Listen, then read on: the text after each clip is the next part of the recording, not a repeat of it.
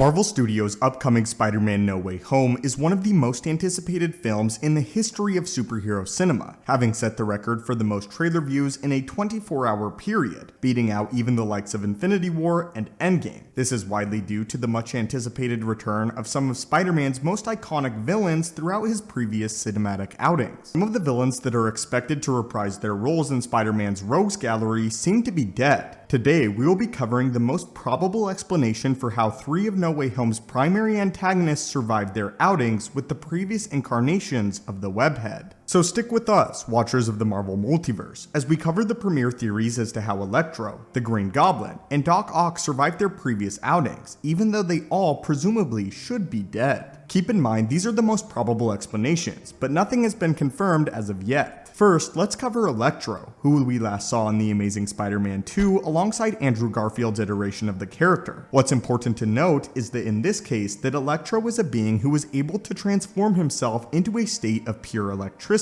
and is often depicted as a being of living energy. When we supposedly see him die in The Amazing Spider-Man 2, he actually just evolves into an electric form and is seemingly dispersed so thin that his consciousness was likely destroyed. However, according to the laws of physics, energy can only be transferred and cannot be completely destroyed. Therefore, it stands to reason that his energy form was merely dispersed and can come back together, even if it happens to be in a different universe than the one in which he seemingly disappeared. This could even explain his design overhaul, as this Electro is presumably set to take on a more accurate golden yellow appearance rather than the blue from The Amazing Spider-Man 2, which could simply be explained as Electro's consciousness recollecting enough energy to create a physical form, only his energy is not exactly the same as before. This is perhaps the easiest explanation to justify, but let's take a look at perhaps the 2 most iconic villains of the Raimi era, starting with the Spider-Man villain that started it all, the Green Goblin, Norman Osborn. We may have our answer in comic book form. Believe it or not, the shot of Norman Osborn being impaled by his own glider is actually a scene torn straight out of the pages of The Amazing Spider-Man number 122, after the Goblin killed Gwen Stacy in a previous issue. Norman in this case was actually impaled through the heart, whereas in the film he is stabbed in the abdomen, and believe it or not, Osborn did in fact die, and would remain so for years, leaving the mantle of the Green Goblin to his son, Harry.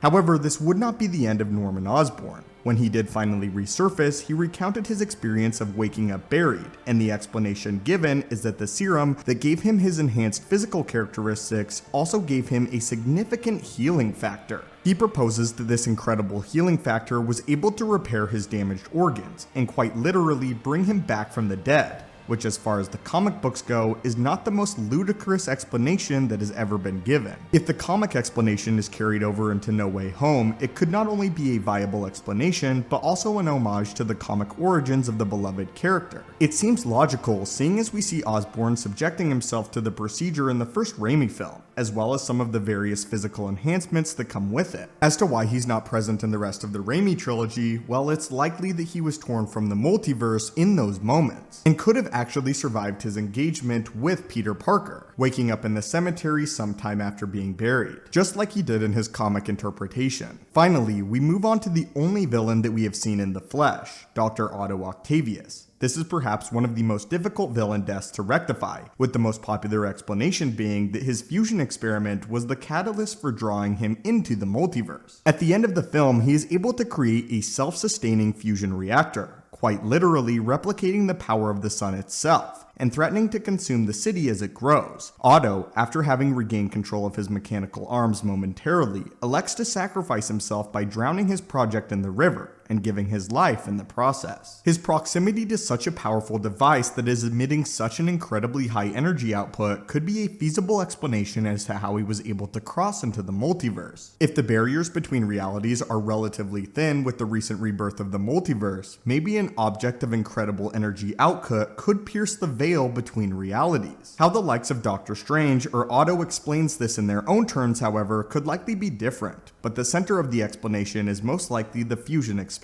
But again, this is simply speculation. It is also important to note that while Otto Octavius is set to reprise his role as a villain in No Way Home, his character arc will seemingly not be ruined, as was a major concern of many fans. Many fans have been worried that Otto will revert to villainy to simply make him a premier antagonist of No Way Home, ruining his redemption and tarnishing his character arc in Spider-Man 2. However, we believe this will not in fact be the case. In Spider-Man 2, he introduces the arms to his audience as he prepares for his first fusion reaction experiment. One of the reporters questions the arms' anatomy and incredibly advanced artificial intelligence, and how they could potentially pose a threat to his own mental well-being, to which he points out an inhibitor chip. During this scene, it's important to note that the light at the center of the arms glows white as long as Otto is in control of them. The inhibitor chip is designed to prohibit the arms from taking control of his mind, and after it is damaged in the experiment, his arms take control of Otto and begin to drive his actions and motivations. From this moment onward, the light at the center of the arms is glowing red when we see Otto in the trailer. The lights on the arms again glow as an eerie shade of red, seemingly hinting at the idea that the arms will actually be in control of Dr. Octavius for the duration of No Way Home. At the end of Spider-Man 2, when he is in the midst of redeeming himself, he never actually repairs the chip. And if the theory regarding his fusion experiment drawing him into the multiverse is true, then it stands to reason that he never had the opportunity to repair the chip at all, and has at some point between the events of Spider-Man 2 and No Way Home, the arms were able to regain their grip on Otto's mind and take back control. In an interview several months ago, Alfred Molina, in confirming that he was in fact returning as Doc Ock in No Way Home, also stated that his story would pick off in the river where it ended in Spider-Man 2, meaning that Otto Octavius would have no time to repair the inhibitor chip, and again confirming that he was taken directly into the multiverse at that point in time, which would also explain why he doesn't appear in the subsequent Raimi Spider-Man 3. If this is the case, then his arc will not be ruined by his resurgence, as if Tobey's iteration of Peter Parker is able to free Otto's mind from the grip of the arms, it's possible that he'll revert back to his former self. But anyway, my friends, those are simply the villains that have been confirmed for Spider-Man No Way Home, as we won't speculate on a lot of the other villains that will be returning, such as the Lizard and potentially even Sandman. But what do you think of these explanations? Do you think these explanations are viable reasons for how each of the villains survived? And if not, what are your alternative propositions? As usual, we'd love to hear what you have to think in the comment section down below. As always, my friends, if you enjoyed this video, please be sure to hit that like button, subscribe to assemble and join our team, and have a great day.